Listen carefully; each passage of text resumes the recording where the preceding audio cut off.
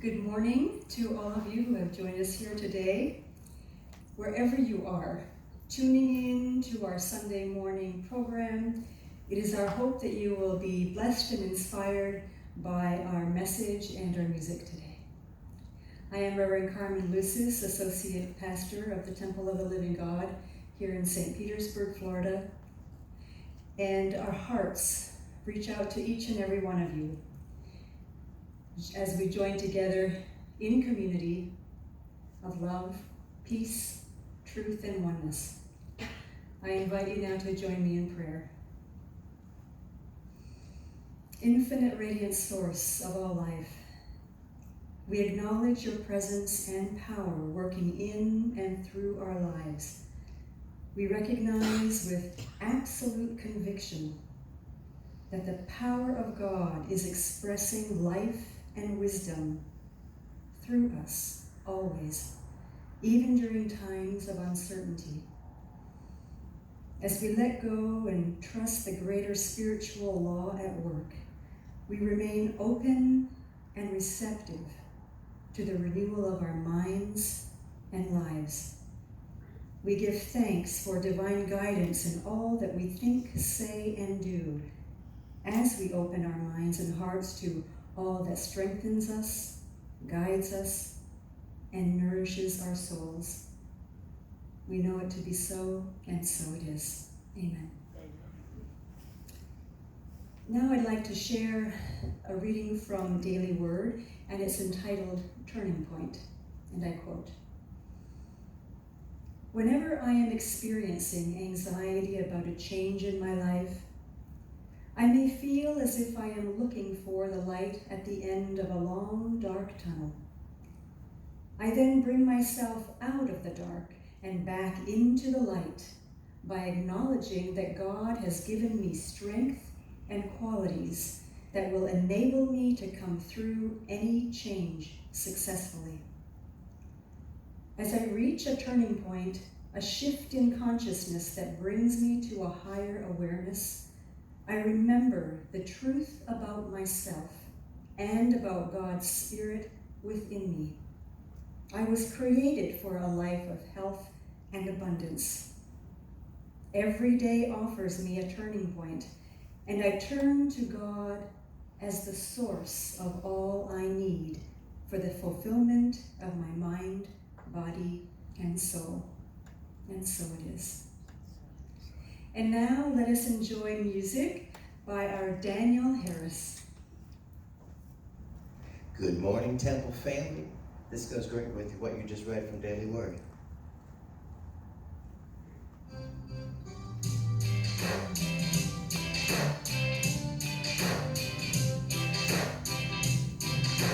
Up, up, up to a higher place.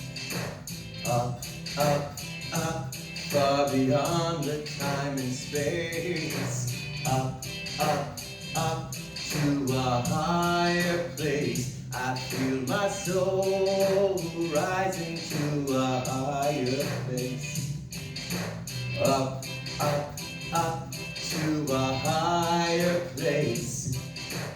Up, up, up, far beyond the time and space. Up, up, up to a higher place. I feel my soul rising to a higher place. Higher place, higher place. I feel my soul rising to a higher place. No more forward, no more backward, no more spinning around and around. My life is moving ever upward. My feet are leaving the ground. Up, up, up to a higher place. Up, up, up, far beyond this time and space. Up, up, up to a higher place. I feel my my soul rise into a higher place. Higher place, higher place. I feel my soul rise into a higher place. No more downward, no more darkness, no more wondering the point of it all. My life is destined, oh, for greatness. My soul has answered the call, yes. Up, up, up to a higher place. Up, up, up, far beyond this time and space. Up, up, up to a higher place. I feel my soul rise into a higher place. A higher place, say it, y'all. Higher place. I feel my soul rise into a higher place. A higher place. Higher place. I feel my soul rise into a higher place. One more time. Higher place. Higher place. I feel my soul rise into a higher place. I feel my soul rise into a higher place. Namaste.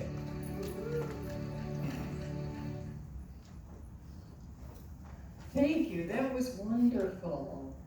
And fun too, wasn't it fun? Hello there.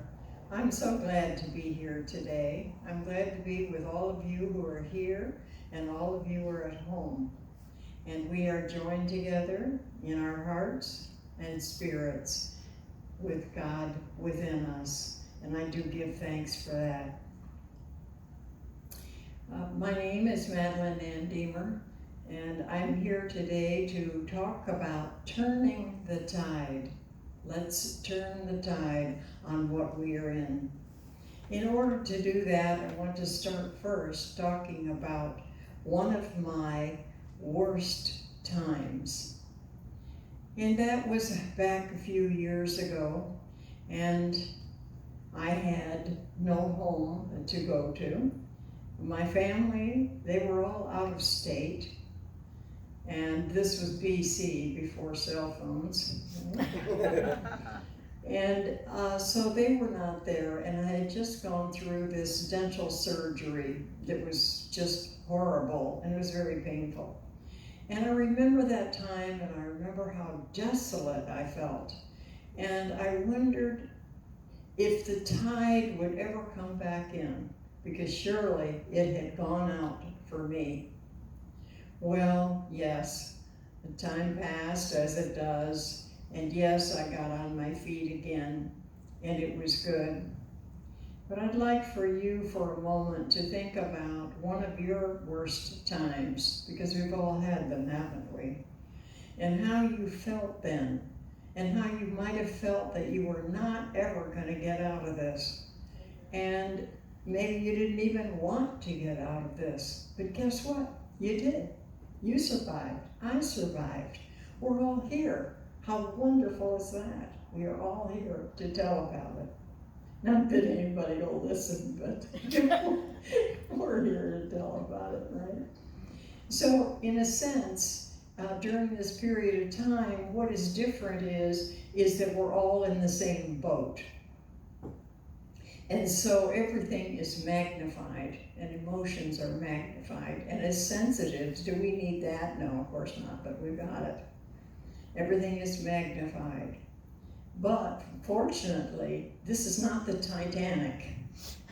You remember the Titanic? Well, remember, that was a key word, a trap word, shouldn't have said that anyway. Back in the day of the Titanic, people actually of the lower classes were locked below the deck. They could not get out, they could not free themselves. But you see, on this ship that we're on, we can, because there's always a way upward and onward. Always a way upward and onward. And so, with this, of course, we have to build a life raft. That's the first thing. And that's what all of you already have been doing. And you've been putting a number of things in your life raft that help you through this period. I'm sure your life raft includes prayer. Most people's would say, yes, it's definitely prayer. Maybe there's a little chocolate there too. Yeah, hope so. And so anyway, as we go along here in this the life raft, I would suggest that you add something to it, and that would be some kind of creative activity. Even if you think you're not creative, you are. You were born creative. Because whenever we're in the midst of a creative act, even if it's a little arts and crafts thing, doesn't matter. We are one with Creator. And what a marvelous place to be, because that strengthens us. And we need the extra strength, and we need the extra energy right now. Now, I know some of you out there, you are big thinkers. And so what you're going to have is, no life raft for me. I'm going to build an ark like Noah. Okay, have at it, by all means. Actually, that's a really good idea. That's a very good idea, because animals teach us how to survive. We copy their traits, and they teach us how to survive. You know, just like the woodpecker, persistence, keep at it. So if I were doing an ark, of course I would have to have golden retrievers, because they're love and faithfulness. And then I put in a couple of kookaburra, because those birds, they sound, when they try to sing, it sounds more like a laugh. And you've got to have a sense of humor to get through, right? You've got to have a sense of humor, so I'll put that on the ark. And let's put the songbirds. And now we drop into reality, because so many people tell me, have you heard the songbirds? They are singing so loudly right now. Yes, they are. They sing in celebration of God above, God within. And it's wonderful to hear their songs. What a great way to begin our day.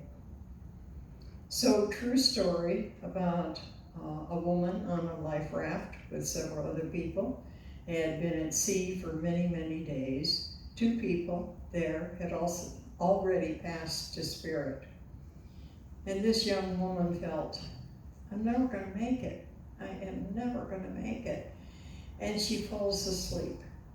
And in her dreams, her brother, who has been deceased for a number of years, comes to her and says, hey, it's okay. You're going to be all right. Perk up. Wake up. And sure enough, within a few hours, the whole crew on this life raft, they were all rescued. And she's alive now to tell about it. So actually, how do we turn the tide? What do we do? Well, first, we have to raise our consciousness, don't we? Because we're not going to get anything swimming down in the telepathic pools of fear, anxiety, doubt, and depression, and all that. It's not going to do anyone any good. So we raise our consciousness. Okay, that sounds good, but how do we do it? Well, you have your own methods, and your own methods are working, and maybe you're praying, maybe you're meditating, maybe you're doing Tai Chi, maybe you're doing yoga, maybe you're doing martial arts, maybe you're cooking, maybe you're gardening, whatever lifts you, you're already doing. Okay?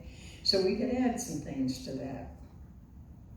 We want to add first recognition, a recognition of the God within each person that we come in contact with. Sometimes it takes a little digging, doesn't it? But it's there, and it's worth the dig. Right? And then also, we want to respect other people and respect their right as human beings to be here. Yes, I know you're thinking to yourself, well, some people are hardly human, but Let's just say, for all practical purposes, they're human. And some of them come in with very tough soul contracts. Their sacred contracts are hard and unpopular. You know, maybe they're a criminal, maybe it's alcoholism, maybe it's prostitution, maybe it's just being mean. All of those things, and they come here again for a purpose. It's all purpose driven. This whole earth that we're on is purpose driven. And so, you know, there's always a possibility that a master has decided to take a crummy role because he or she feels that they want to serve. Who knows?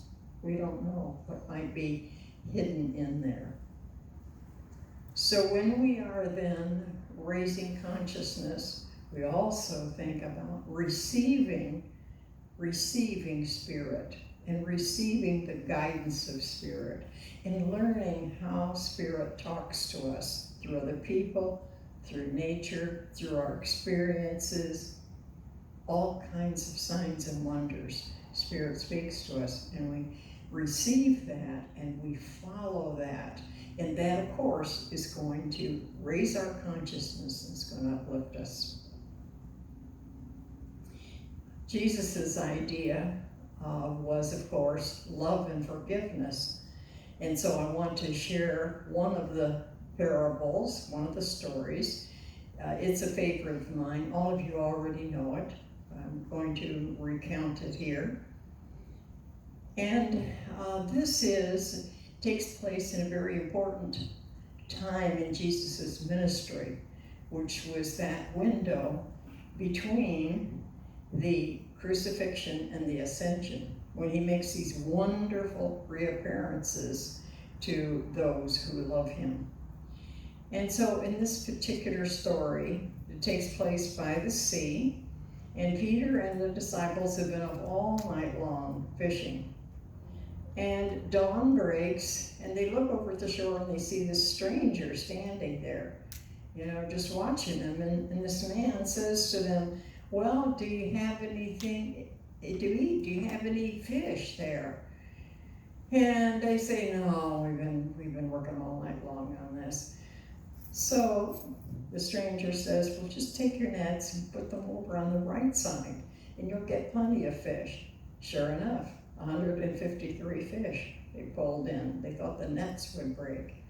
About this time, they begin to realize that the man on shore is not a stranger, but is actually Jesus appearing to them.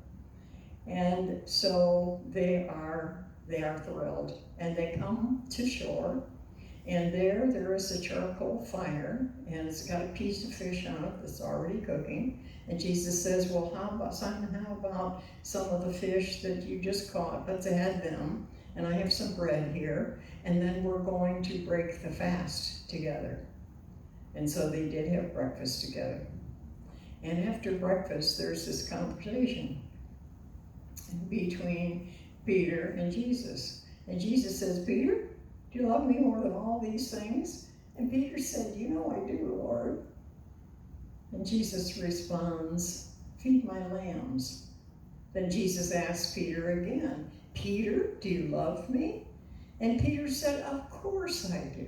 And so Jesus said, feed my sheep. And then for the third time, Jesus asked, Peter, do you love me? Well, by this time, Peter is grieved, which in today's language means pretty ticked off. Just annoyed with that whole thing. He says, of course I do. You know all things. You know I love you. And Jesus says, feed my ewes. And so this was one of the ways that Jesus taught really is through experience and showing Peter that he had completely forgiven him. Because if you remember the story, Peter had betrayed Jesus by saying 3 times, oh no, I don't know this man. I don't know him, right? And so there had to be a balancing of the principle. Each time that Peter said, I loved you, that cleansed, healed, and forgave. the original. And so 3 times, 3 times. So from there, Peter went on. He did a lot of healing. He did a lot of teaching.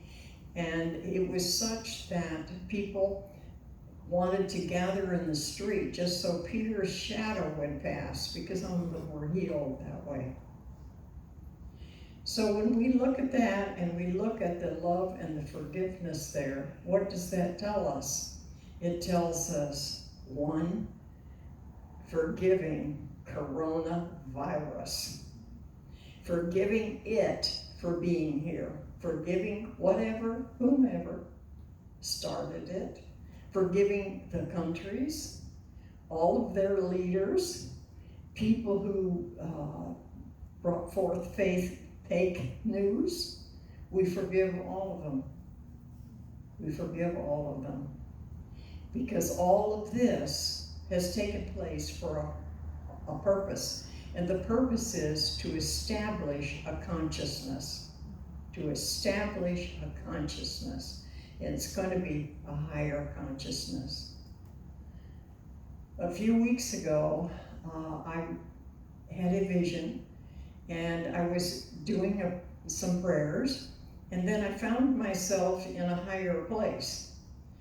And what I noticed was all these buildings, all these places were being built. I could see as if the new wood. Well, by now you know this is a metaphor, because in higher consciousness you don't see any wood, right? But that's okay. Just go with me with this. All right, so anyway, I wondered, well, what's this all for? Well, these are homes being built. Oh, well, does it have anything to do? Is this for the people who are dying right now? Oh, no.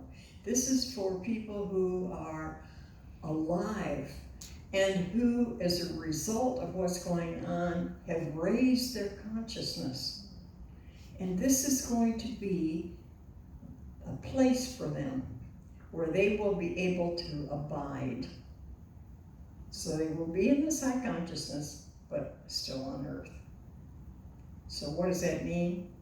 As we come through this, we're going to be stronger. We're going to be wiser. We're still going to have the same emotions, but they won't be quite as intense, because there'll be so much peace and there'll be so much joy.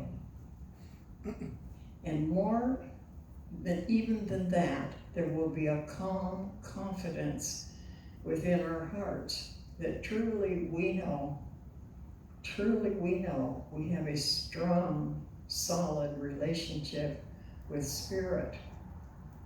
And it is Spirit that has brought us through and led us through.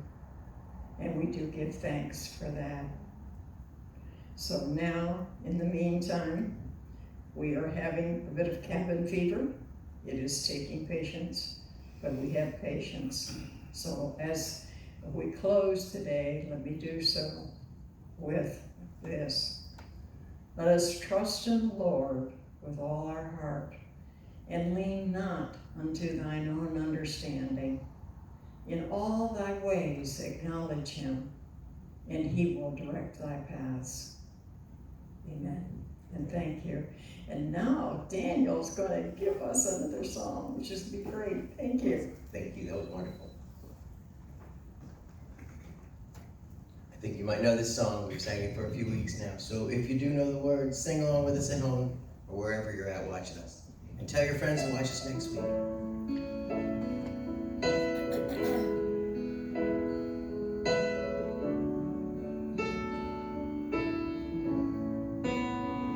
I am so blessed. I am so blessed. I am so grateful for all that I have. I am so blessed. I am so blessed. I am so grateful. I am so blessed. I am so blessed. I am so blessed.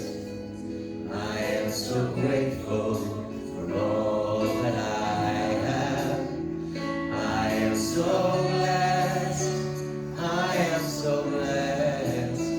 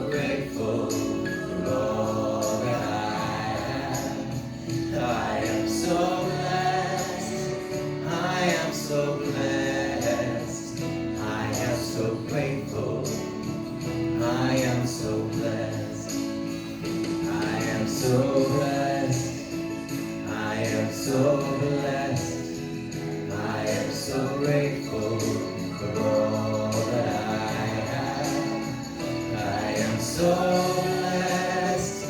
I am so blessed. I am so grateful. I am so blessed. I am so blessed. I am so blessed. I am so grateful for all that I have. I am so blessed. I am so blessed. I am so grateful. I am so blessed. I am so blessed. I am so blessed. I am so grateful for all that I have. I am so blessed. I am so blessed. I am so grateful. I am so blessed. I am so grateful. I am so blessed. I am so grateful. I am so blessed.